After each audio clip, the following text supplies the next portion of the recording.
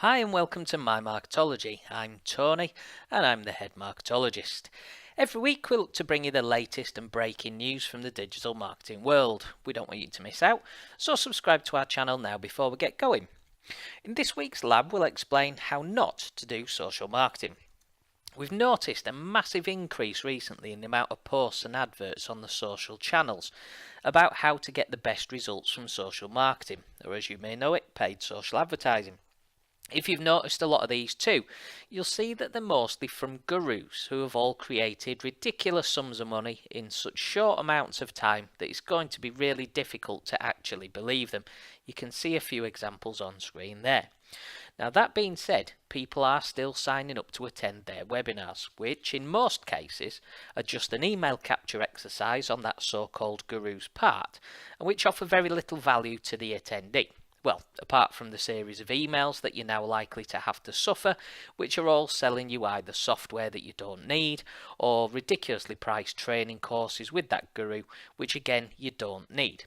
Now this week's video aims to show you exactly how not to do social media marketing so that you can ensure that your future social adverts and marketing are effective and that your chosen audience are respected and marketed to in the most relevant and honest way.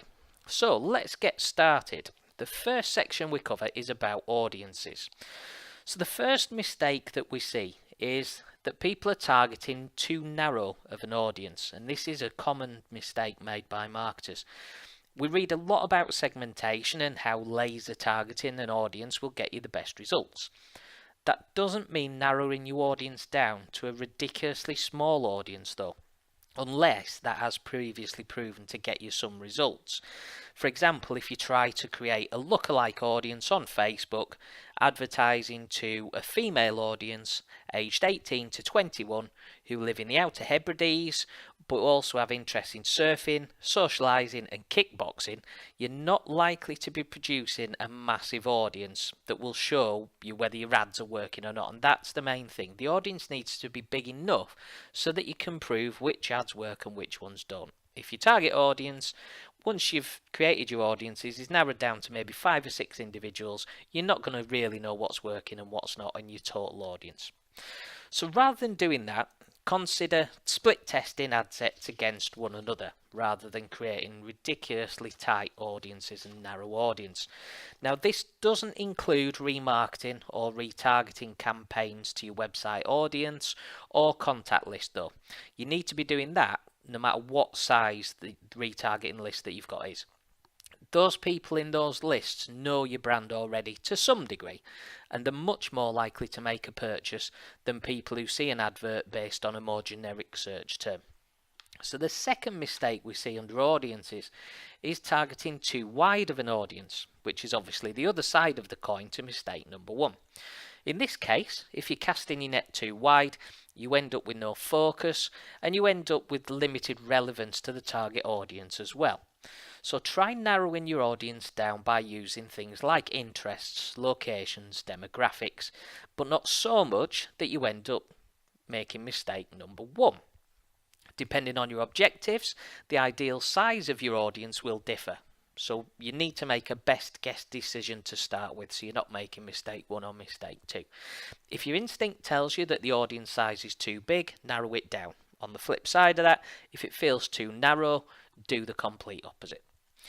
So that's our first section. The second section we look at is imagery. Now, the first mistake here, or mistake number 3, is using the wrong image size for your platform. So you need to take time in making the images look good on the platform that you're using, and also to make sure that they're optimized for that particular platform as well. Now, each platform has different ideal image sizes, which are also based on what you're doing with them. If it's a status update, the ideal image size might be slightly different to a paid advert, as you can see on the right hand side of the screen there.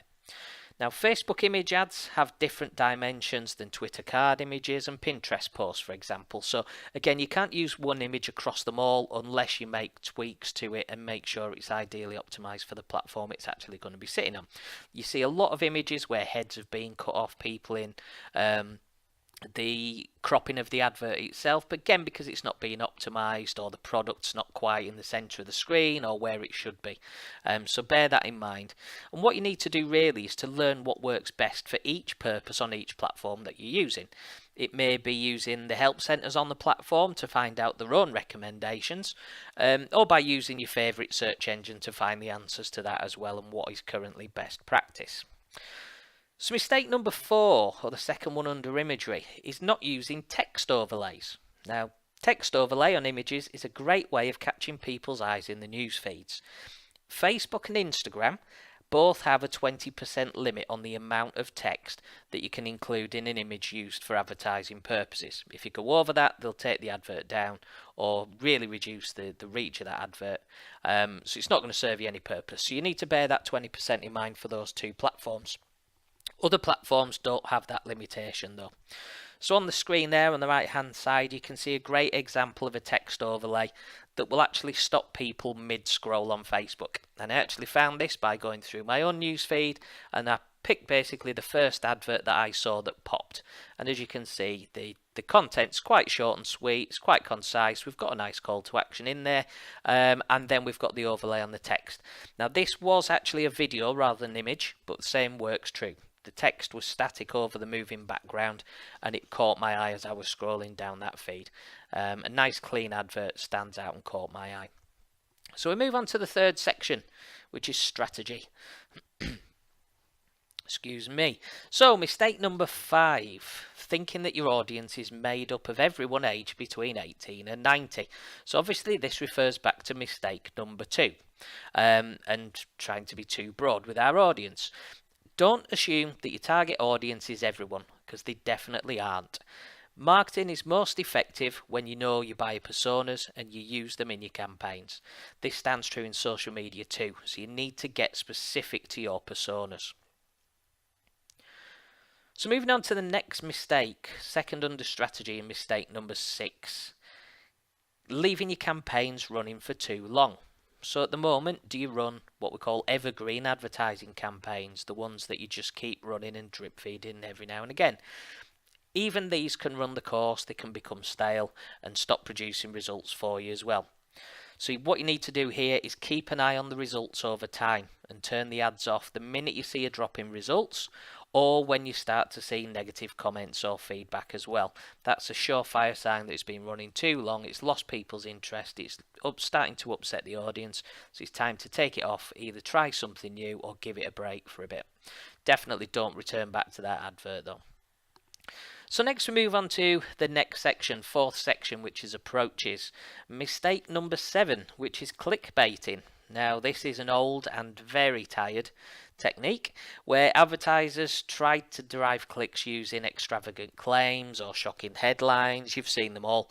It's a pointless exercise at the end of the day, because you're going to actually be paying for clicks on your adverts from people who probably won't ever become customers.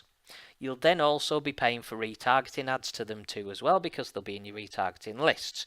You'll just end up wasting time and money on all that advertising just so that you can say that you've got a click at the start. So as I say, it's a complete waste of time. Just don't bother with clickbaiting at all. People are still trying to use it. The audiences are getting much more savvy to it as well, so there's much less click through anyway. So mistake number 8. Not providing enough information. Now this again is related to clickbaiting. If you give people just enough information to spike their interest, but not so little that they have to guess what your product or service or company or advert's about, if people are having to click to find out why they're seeing your ad, then you're just wasting money. Educate them just enough so they know why they should be and are clicking on the ad. So next mistake, number 9. Is providing too much information. Again, it's the flip side of the previous mistake. Trying to do too much and trying to make the sale in the advert is a common, very common mistake that we're seeing.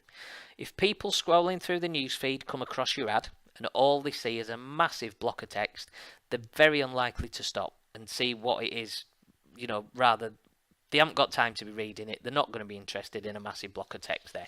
So as you saw in that previous example with the t-shirts and the overlay text, if you keep that content short and concise but just enough to spike their interest, there's a greater chance that people will actually click on the ads. So you need to give them just enough copy to get that interest, support that with the text overlays on images as we discussed in mistake number 4, and hopefully that will get them to stop, and it'll also give you a greater opportunity for them to click through as well. But don't cut it back too far that you're making mistake number 7. It's a fine balancing act which will get easier as you learn what works and what doesn't work for your particular target audiences, and again that's getting to know your personas and your own particular audiences. So we move on to the next section, which is purpose and mistake number 10. So no call to action. People need to be told what you want them to do. Don't assume that just because they see your ad, they'll all immediately click on it. Again, it's a common mistake, assumption, and we all know what assumption is. If you don't have a call to action to tell people what to do, they're more than likely going to assume that all they need to do is read the copy in your ad. They won't think to sign up now, buy now, or learn more unless you make that very, very clear to them. Every advert and post, and that includes status updates, should have a call to action, whether that's in a button form or whether it's just in the copy or the content itself. So mistake number 11, not optimizing for your objective. So as with any marketing strategy, you need to define goals and objectives to work towards. Every advert or status update should be working towards a specific goal or specific purpose. The social platforms help you to create ads for set objectives, so make use of them. You need to know your budgets and objectives to be able to optimize your activity. So mistake number 12, sending people to your homepage from every advert. Now, again, this is quite a common one we see, and to be fairly blunt about it, it happens as a result of laziness on the marketer's part and not much else. Many apologies if this does apply to you at this stage. Nothing's worse to a prospect or customer than clicking on a link expecting to go to a certain place and then landing somewhere completely different. If your call to action was buy now, take that person to a product page or order page tailored for that specific purpose. This is best practice, and it allows you to create custom audiences and retargeting campaigns based on what people are clicking through to and also the behaviours that they're exhibiting when they're there. So there you have the mistakes that cause social media adverts to be ineffective and which won't do your brand many favours. To be honest, these are made by large multinational companies and teams just as they are by small companies too. Keeping away from these will create better customer experiences for your audience, and it'll enable you to increase the return on investment from your social media work, whether that's paid advertising or organic posts. Don't fall for the guru's spiel or their pitches, especially those gurus who have come out of nowhere. These tips are only really common sense, but when you're in the day-to-day firefighting of your marketing role, it can be easily forgotten, but it's certainly not at the back of an $8,000 training course.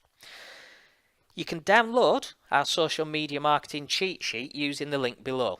Now, if you keep that close to hand, you'll never go wrong with your social media advertising again. So that's it for this week's lab. We're always open to any questions that you might have and suggestions for topics of future labs. Please feel free to contact us through our social media channels or by emailing us at hello@mymarketology.com. So thank you for joining me this week. I'll see you again next week. Bye for now.